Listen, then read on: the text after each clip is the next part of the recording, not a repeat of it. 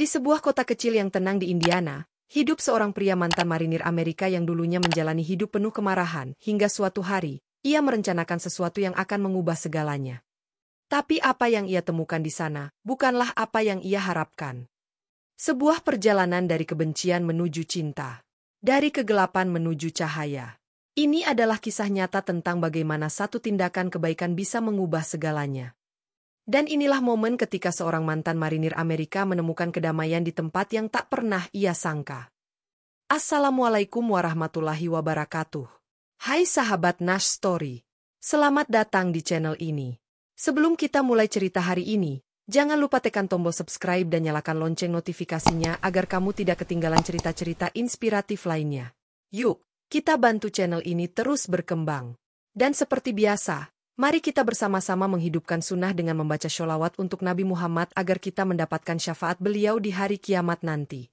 Semoga sholawat kita menjadi penolong di setiap langkah hidup kita. Allahumma sholli ala Muhammad wa ala ali Muhammad. Di sebuah kota kecil bernama Greenfield, Indiana, hidup seorang pria bernama Daniel Harper, mantan marinir Amerika Serikat yang baru saja pensiun setelah bertahun-tahun bertugas di medan perang Timur Tengah. Daniel adalah sosok yang keras, disiplin, dan selalu tampak tegar di mata orang lain. Namun, di balik sikapnya yang tegas, ia menyimpan luka batin mendalam akibat pengalaman traumatis selama bertugas. Wajahnya yang kerap terlihat muram mencerminkan beban yang tak pernah ia bagi kepada siapapun.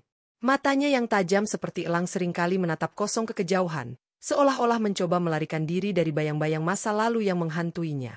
Di usia 42 tahun, Daniel masih memiliki tubuh yang atletis, hasil dari latihan rutin yang ia jalani meskipun sudah tidak lagi aktif di militer. Ia tinggal sendiri di sebuah rumah sederhana di pinggiran kota, dikelilingi oleh pepohonan ek tua yang menjulang tinggi. Rumah itu sunyi. Hanya sesekali terdengar suara angin yang menerpa dedaunan atau suara burung gereja yang bersahutan di pagi hari. Bagi Daniel, kesendirian ini bukanlah pilihan, melainkan konsekuensi dari trauma yang membuatnya sulit membina hubungan dengan orang lain. Greenfield, tempat Daniel tinggal, adalah kota kecil yang damai dengan populasi sekitar 50.000 jiwa. Kota ini memiliki nuansa pedesaan yang kental, dengan jalan-jalan berkelok yang dikelilingi oleh ladang jagung, hutan pinus, dan padang rumput luas yang membentang sepanjang mata memandang. Udara di sini segar, jauh dari polusi kota besar, dan langit biru seringkali dihiasi awan putih tipis yang berarak pelan. Pada musim semi, bunga-bunga liar bermekaran di tepi jalan, memberikan sentuhan warna cerah pada pemandangan hijau yang dominan. Namun, bagi Daniel, keindahan alam ini tak mampu menghapus kegelapan dalam hatinya. Ia merasa seperti orang asing di kampung halamannya sendiri. Meskipun lahir dan besar di Greenfield, kini ia merasa tidak cocok dengan kehidupan sipil yang lambat dan damai. Baginya, ketenangan kota ini adalah ironi yang menyakitkan. Ia merindukan adrenalin yang ia rasakan saat bertugas, tetapi juga benci pada dirinya sendiri karena merindukan hal itu.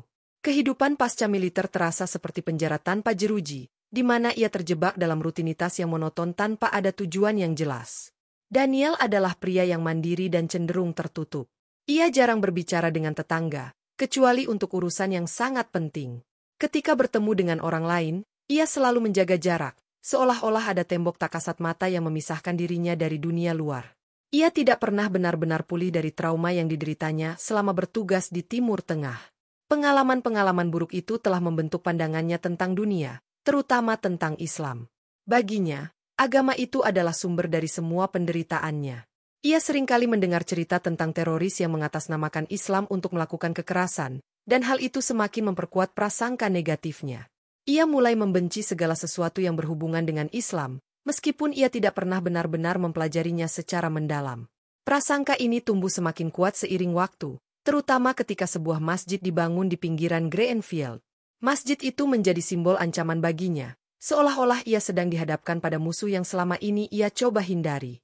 Masjid itu terletak di ujung jalan Maple, di dekat sebuah padang rumput yang luas.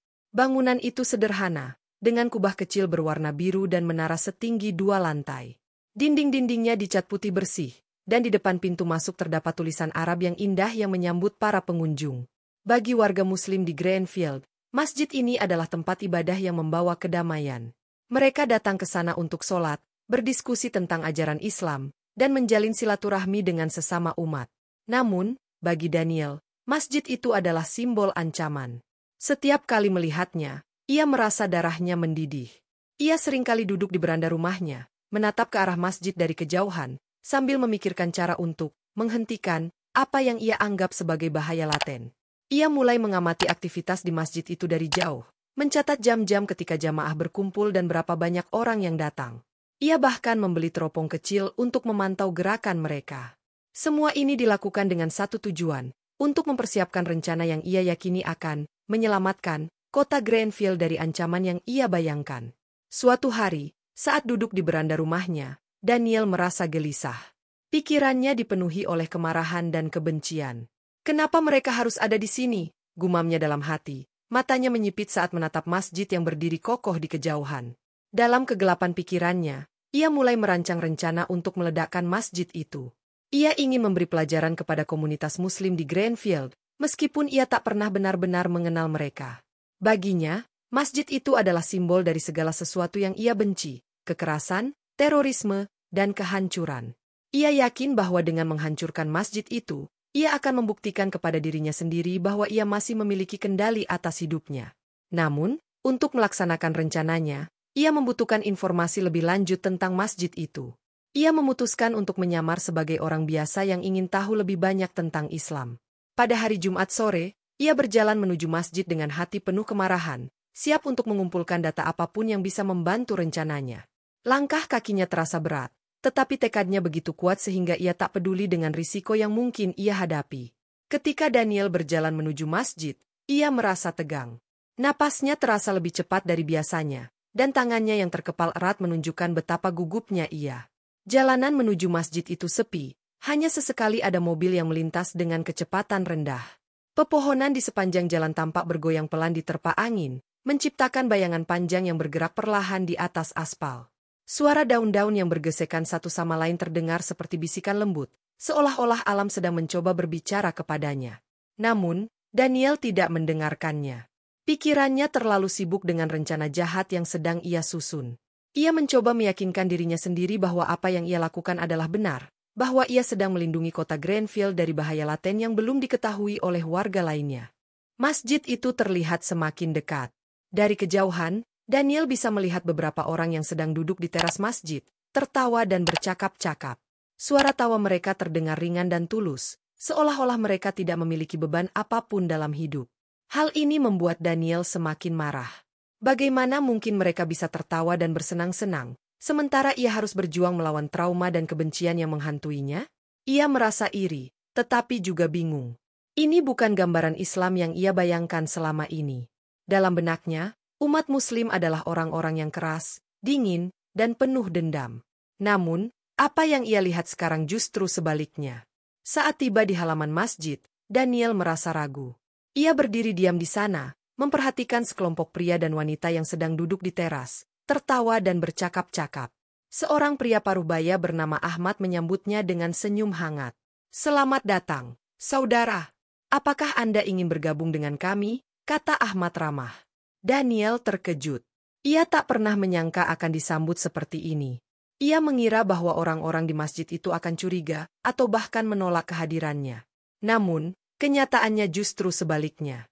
Para jamaah masjid menyambutnya dengan keramahan yang tulus, seolah-olah ia adalah bagian dari komunitas mereka. Ahmad adalah sosok yang lembut dan bijaksana. Ia memiliki rambut beruban dan suara yang tenang. Ia mengundang Daniel masuk ke dalam masjid dan memperkenalkannya kepada para jamaah. Di dalam, suasana begitu damai. Lantai dilapisi karpet hijau tebal, dan aroma kayu manis samar-samar tercium di udara. Para jamaah duduk bersila, membaca Al-Quran atau berdiskusi tentang ajaran Islam. Beberapa anak kecil berlarian di sudut ruangan, tertawa riang. Daniel merasa tidak nyaman, tapi ada sesuatu yang membuatnya tetap tinggal. Para jamaah tidak menunjukkan rasa curiga sama sekali. Mereka malah mengajaknya berbicara, bertanya tentang latar belakangnya, dan menceritakan tentang keyakinan mereka. Daniel mulai merasa bingung. Ini bukan gambaran Islam yang ia bayangkan selama ini. Awalnya, Daniel hanya diam, mencoba memahami apa yang terjadi. Ia merasa tidak nyaman, tapi ada sesuatu yang membuatnya tetap tinggal. Para jamaah tidak menunjukkan rasa curiga sama sekali. Mereka malah mengajaknya berbicara, bertanya tentang latar belakangnya, dan menceritakan tentang keyakinan mereka. Daniel mulai merasa bingung. Ini bukan gambaran Islam yang ia bayangkan selama ini. Pada kunjungan pertamanya ke masjid, Daniel masih merasa canggung dan tidak yakin harus berbuat apa. Ia mencoba menyembunyikan ketegangan di balik senyum kaku yang ia paksa tampil di wajahnya.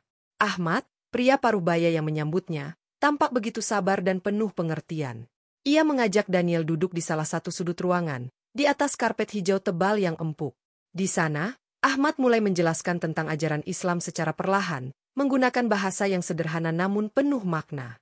Islam itu artinya damai, kata Ahmad dengan suara tenang.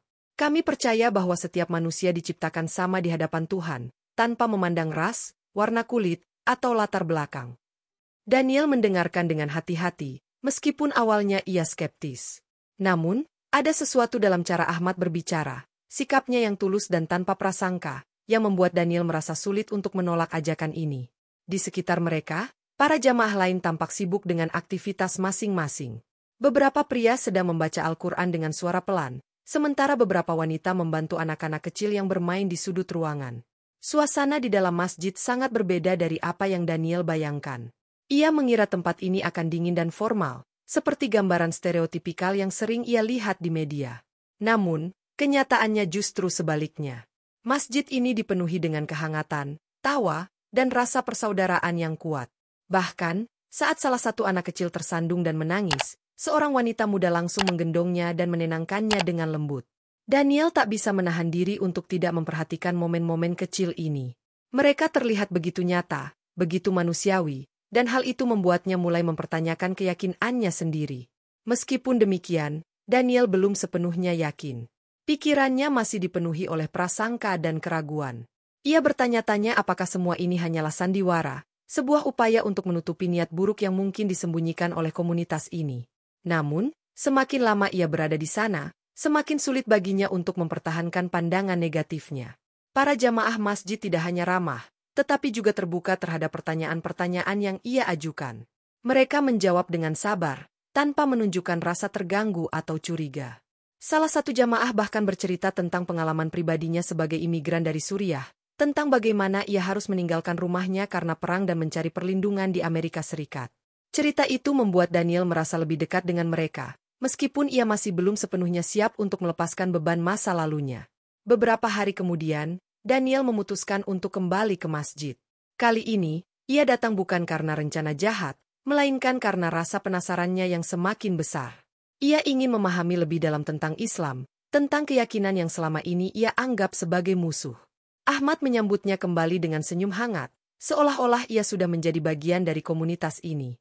Kami senang Anda kembali, saudara, kata Ahmad sambil menepuk bahu Daniel dengan lembut. Jika ada pertanyaan, jangan ragu untuk bertanya. Daniel mengangguk, meskipun ia masih merasa sedikit canggung. Ia duduk di tempat yang sama seperti kunjungan sebelumnya, di atas karpet hijau tebal yang memberikan rasa nyaman meskipun pikirannya masih dipenuhi oleh konflik batin. Kali ini, Ahmad mengajak Daniel untuk mengikuti diskusi kecil tentang nilai-nilai universal dalam Islam, seperti kasih sayang, toleransi, dan perdamaian. Diskusi ini dihadiri oleh beberapa jamaah lain, termasuk seorang ibu muda bernama Fatima, yang seringkali berbagi cerita tentang keluarganya di Suriah. Fatima memiliki wajah yang lembut dan mata yang penuh harapan. Ia bercerita tentang bagaimana Islam telah membantunya menjaga kekuatan mental selama masa-masa sulit di negara asalnya. Islam mengajarkan kami untuk selalu bersabar dan percaya pada kehendak Allah, katanya dengan suara yang tenang namun penuh keyakinan. Meskipun hidup terkadang sulit, kami selalu berusaha untuk tetap bersyukur. Daniel mendengarkan dengan penuh perhatian. Ia merasa ada sesuatu yang mendalam dalam kata-kata Fatima, sesuatu yang ia butuhkan untuk mengatasi trauma yang selama ini menghantuinya. Selain itu, Ahmad juga menjelaskan tentang pentingnya salat dalam Islam. Ia mengundang Daniel untuk mengamati bagaimana para jamaah melaksanakan salat Jumat.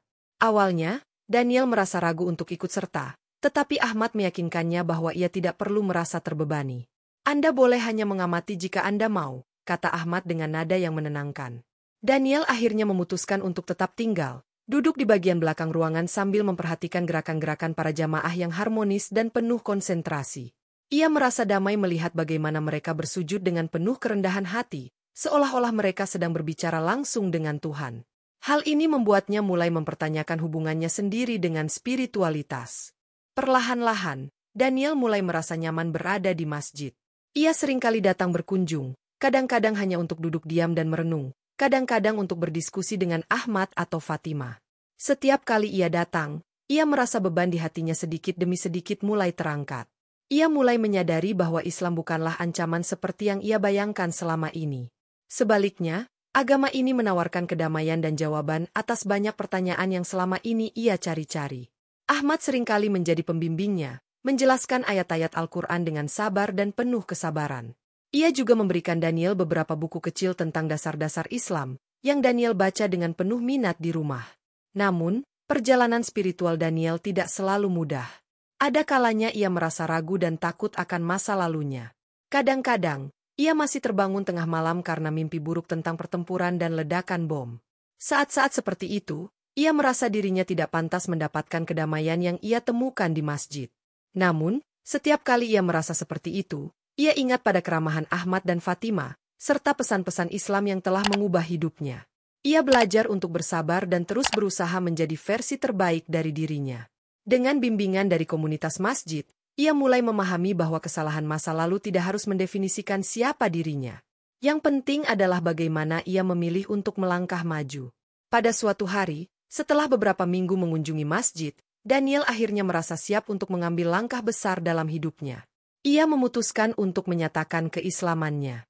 Pada hari itu, ia datang ke masjid dengan hati penuh tekad. Ahmad dan para jamaah lain menyambutnya dengan senyum hangat, seolah-olah mereka sudah mengetahui apa yang akan ia lakukan. Di hadapan Ahmad dan para jamaah, Daniel mengucapkan syahadat dengan suara yang tegas namun penuh rasa haru. Air mata berlinang di pipinya saat ia menyadari bahwa ini adalah awal dari babak baru dalam hidupnya. Ia tidak lagi merasa seperti orang asing di dunia ini. Ia akhirnya menemukan kedamaian yang selama ini ia cari-cari. Setelah menyatakan keislamannya, Daniel mulai aktif membantu komunitas Muslim di Greenfield. Ia merasa memiliki tanggung jawab moral untuk membayar kebaikan yang telah diberikan kepadanya. Ia membantu memperbaiki atap masjid yang bocor, membersihkan halaman masjid, dan bahkan mengajar anak-anak tentang nilai-nilai perdamaian dan toleransi. Anak-anak kecil yang awalnya takut padanya kini mulai menyapanya dengan senyum lebar, memanggilnya Pak Daniel, dengan penuh keakraban. Hal ini membuat Daniel merasa lebih hidup daripada sebelumnya. Ia merasa bahwa ia akhirnya memiliki tujuan yang jelas dalam hidup, sesuatu yang selama ini ia cari-cari sejak pensiun dari militer. Selain itu, Daniel juga mulai berbicara di acara-acara interfaith untuk melawan prasangka terhadap Islam. Ia berbagi kisah transformasinya kepada orang-orang yang skeptis atau bahkan membenci Islam.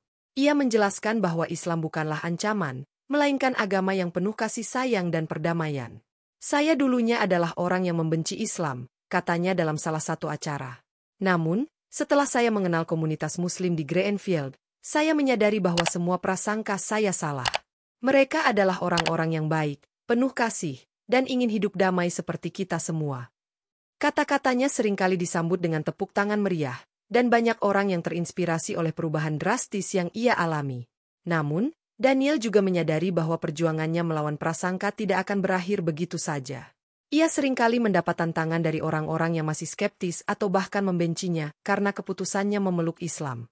Beberapa tetangganya bahkan mulai menjauhinya, menganggap bahwa ia telah berkhianat dari identitasnya sebagai mantan marinir AS. Namun, Daniel tidak peduli. Ia tahu bahwa ia berada di jalan yang benar, dan ia siap menghadapi segala risiko demi membela kebenaran. Kisah Daniel Harper menjadi inspirasi bagi banyak orang di Greenfield dan sekitarnya. Ia membuktikan bahwa perubahan itu mungkin, meskipun dimulai dari tempat yang paling gelap. Masjid di Jalan Maple, yang dulunya ia anggap sebagai ancaman, kini menjadi rumah kedua baginya. Dan di sana, di bawah kubah biru kecil itu, Daniel menemukan kedamaian yang selama ini ia cari-cari. Ia seringkali duduk di teras masjid, menikmati udara segar sambil mengamati pepohonan pinus yang menjulang tinggi di kejauhan. Suara angin yang menerpa dedaunan dan suara tawa anak-anak kecil di halaman masjid membuatnya merasa bahwa ia akhirnya menemukan tempatnya di dunia ini. Warga Greenfield yang awalnya skeptis terhadap Daniel mulai menghormatinya sebagai pribadi yang baru. Mereka melihat bagaimana ia berubah dari seorang pria penuh kemarahan menjadi sosok yang penuh kasih dan pengertian. Bahkan, beberapa tetangganya yang sempat menjauhinya mulai mendekat kembali, ingin memahami lebih dalam tentang Islam melalui cerita Daniel. Ia dengan senang hati berbagi pengalamannya, berharap bahwa kisahnya dapat membantu orang lain untuk melihat Islam dengan cara yang lebih positif. Namun, Daniel juga sadar bahwa perjalanan spiritualnya tidak akan pernah berakhir. Ia masih terus belajar tentang Islam, tentang bagaimana menjadi seorang Muslim yang lebih baik.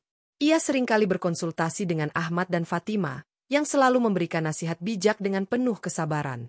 Bagi Daniel, masjid bukan hanya tempat ibadah, tetapi juga tempat di mana ia menemukan keluarga baru, saudara-saudara yang selalu mendukungnya dalam setiap langkahnya. Ia tahu bahwa ia masih memiliki banyak hal untuk dipelajari, tetapi ia tidak takut. Ia yakin bahwa dengan bimbingan dari Allah dan dukungan dari komunitasnya, ia akan terus tumbuh menjadi pribadi yang lebih baik. Meskipun Daniel telah menemukan kedamaian di masjid, ia masih seringkali merasa dirinya seperti berada di persimpangan jalan. Ia tahu bahwa perubahan besar dalam hidupnya tidak akan diterima oleh semua orang. Beberapa teman lamanya dari masa dinas militer mulai menjauhinya ketika mereka mendengar tentang keputusannya memeluk Islam. Ada yang mengiriminya pesan singkat yang dingin, ada yang langsung memutuskan hubungan tanpa penjelasan, bahkan ada yang mencoba membujuknya untuk kembali ke jalan yang benar. Bagi mereka, keputusan Daniel adalah pengkhianatan terhadap nilai-nilai yang mereka junjung tinggi selama bertahun-tahun di medan perang. Namun, Daniel tidak lagi peduli dengan pendapat mereka. Ia tahu bahwa setiap orang memiliki hak untuk memilih jalannya sendiri, dan ia telah memilih jalan yang penuh cahaya dan kasih sayang. Namun, tantangan terbesar datang dari dalam dirinya sendiri. Trauma pasca dinas militer, PTSD, yang ia derita masih seringkali muncul tanpa peringatan. Pada malam-malam tertentu, ia terbangun dengan napas tersengal-sengal, tubuhnya basah oleh keringat dingin, dan pikirannya dipenuhi oleh bayangan ledakan bom atau jeritan rekan-rekannya yang tewas di medan perang. Dulu, ia akan menenggak alkohol atau menyendiri di beranda rumahnya untuk melupakan kenangan itu. Namun, kini ia memiliki cara baru untuk menghadapinya. Setiap kali ia merasa terjebak dalam bayang-bayang masa lalu, ia mengambil Al-Quran yang diberikan Ahmad kepadanya dan membaca beberapa ayat dengan suara pelan. Ayat-ayat itu memberinya ketenangan, seolah-olah Allah sedang berbicara langsung kepadanya, meyakinkannya bahwa dia selalu hadir di sisinya. Selain itu, Daniel juga belajar untuk lebih terbuka tentang perasaannya. Dulu, ia selalu menutup diri, takut menunjukkan kerapuhan di depan orang lain. Namun, kini ia mulai berbagi pengalaman pribadinya dengan Ahmad dan Fatima, bahkan dengan beberapa jamaah lain yang ia percayai. Mereka mendengarkannya dengan penuh empati, memberikan nasihat bijak tanpa menghakimi.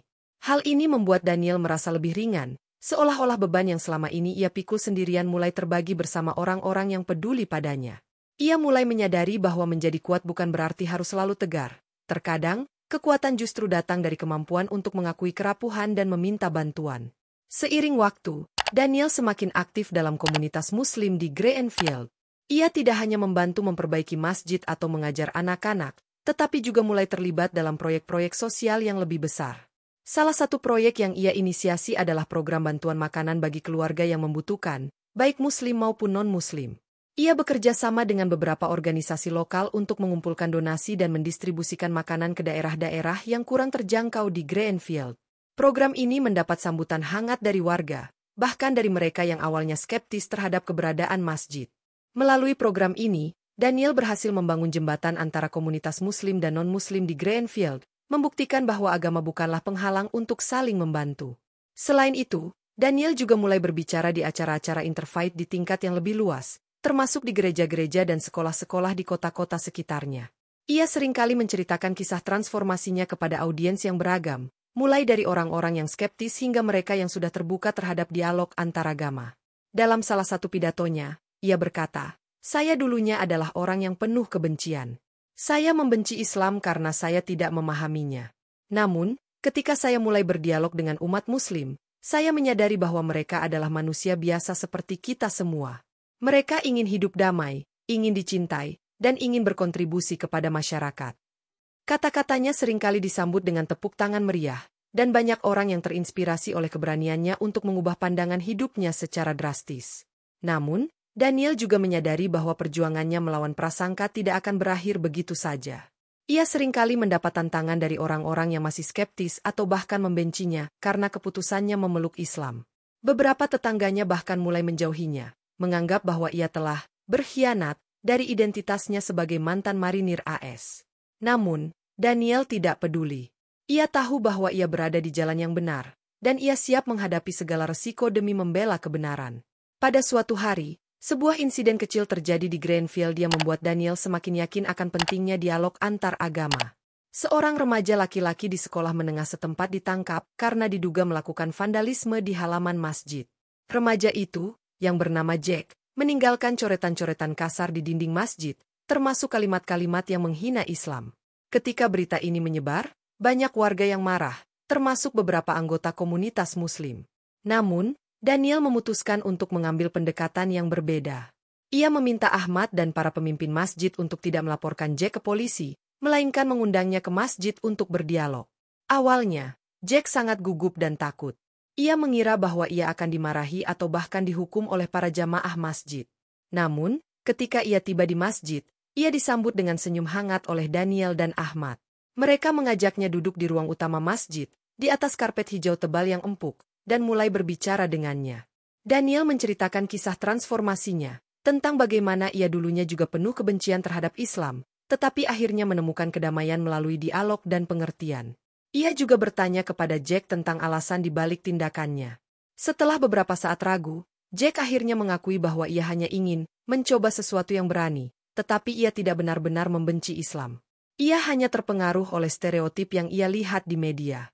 Setelah mendengar pengakuan Jack, Daniel dan Ahmad tidak marah.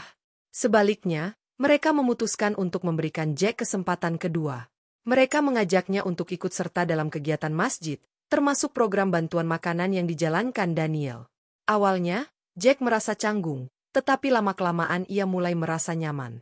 Ia bahkan mulai membantu membersihkan coretan-coretan yang ia buat di dinding masjid.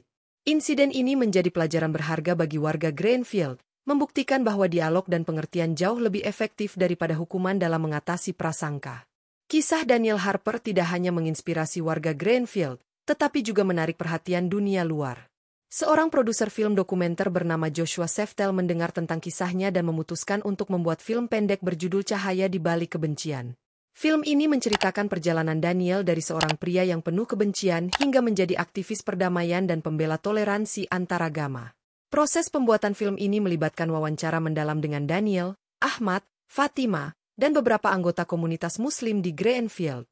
Mereka berbagi cerita tentang bagaimana masjid menjadi tempat yang membawa kedamaian bagi semua orang, termasuk Daniel. Film dokumenter ini mendapat apresiasi luas dan bahkan dinominasikan untuk Academy Award dalam kategori dokumenter pendek pada tahun berikutnya. Saat pengumuman nominasi dibacakan, Daniel merasa campuran antara bangga dan rendah hati. Ia tidak pernah membayangkan bahwa kisah hidupnya akan diakui di tingkat internasional. Namun, ia menyadari bahwa pengakuan ini bukan untuk dirinya sendiri, melainkan untuk menyebarkan pesan perdamaian dan toleransi kepada dunia.